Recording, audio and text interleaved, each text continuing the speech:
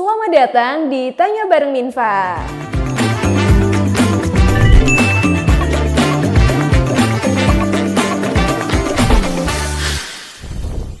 Teman-teman di sini ada yang punya anak kecil, ponakan atau bahkan adik kecil. Nah, barangkali teman-teman di sini ada bunda-bunda nih.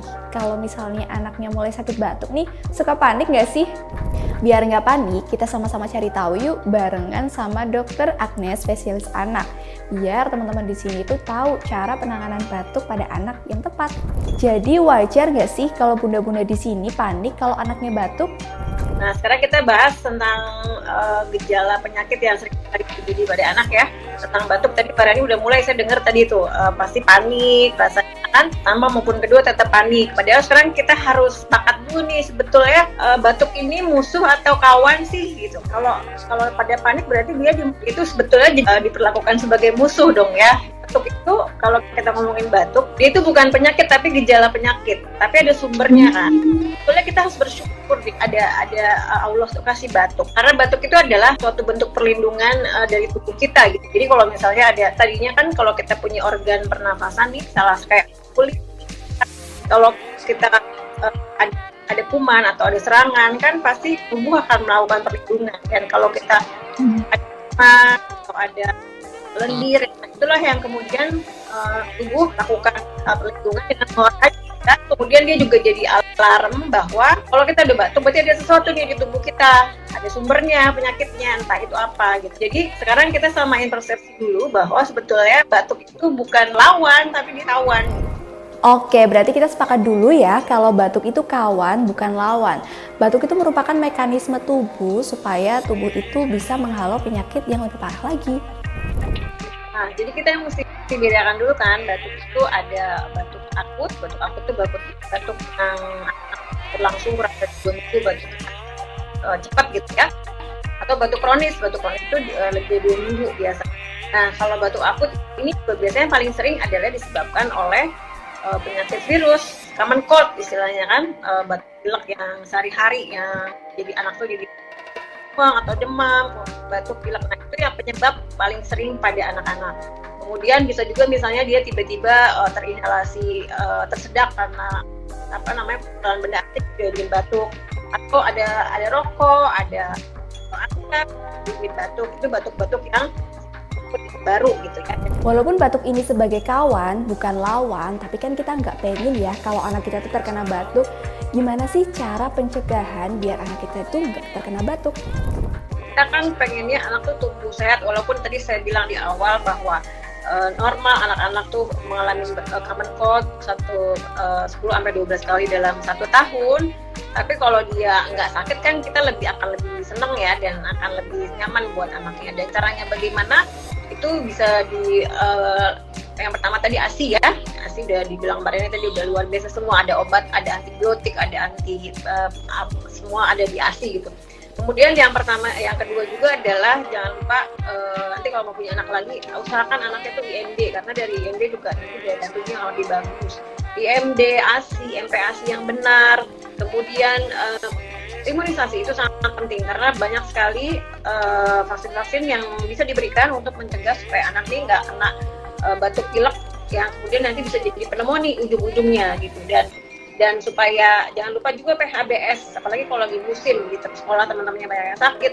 Nah itu jangan lupa kita bekalin anak kita masker, jangan lupa cuci tangan, terus etika batuk jangan lupa juga gitu, karena dia bisa menularkan teman-temannya gitu kan. Jadi etika batuk tuh yang kalau batuk dia gini atau pakai tisu gitu ya, itu juga jangan lupa diajarkan. Dan sekali lagi juga jangan lupa masalah pemantauannya, gizinya gitu ya. Karena kalau anaknya dengan gizi baik, perawakan normal itu insya Allah dia akan, dan imunisasi lengkap, insya Allah dia akan jarang sakit berat gitu ya.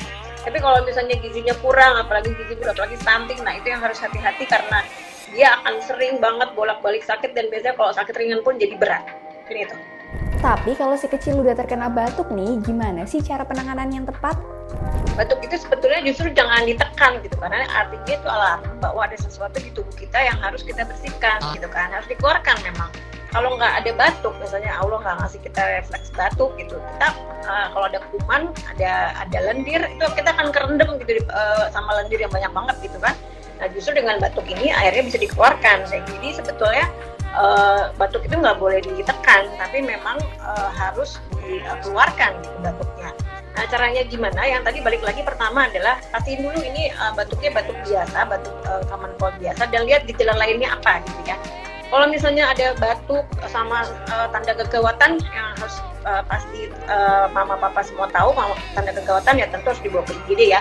Tanda kegawatan itu kalau dia ada sesak, batuk tapi terus sesak, ada nafas kuping hidung, ini dari kembang kempis, atau dia nggak mau minum, nggak mau makan sama sekali, terus kemudian ada dehidrasi, nah itu tentu harus dibawa ke IGD.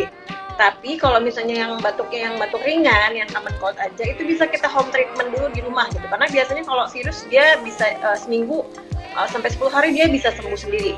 Jadi home treatmentnya gimana? Yang pertama tadi Mbak Rani tadi sudah lakukan ya buat anak-anaknya, yaitu banyakin minum, karena sebetulnya air minum itu adalah pengencer dahak terbaik gitu ya. Kasih minum hangat, kemudian kuah sup boleh, kemudian kalau ada pilek dicuci hidung boleh.